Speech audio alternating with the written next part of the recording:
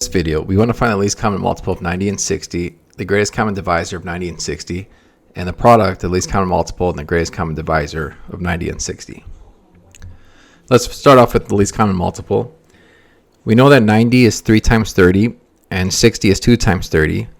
The least common multiple will be the multiple of 3, 30, 2, and 30, which is going to be 180. And so that's going to be the least common multiple. The greatest common divisor, we look at what divisor they have in common. That's the largest, and clearly that's going to be 30.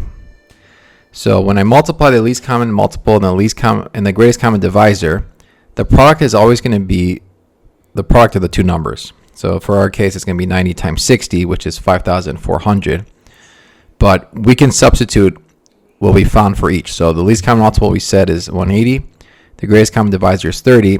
So 180 times 30 also gives us 5,400.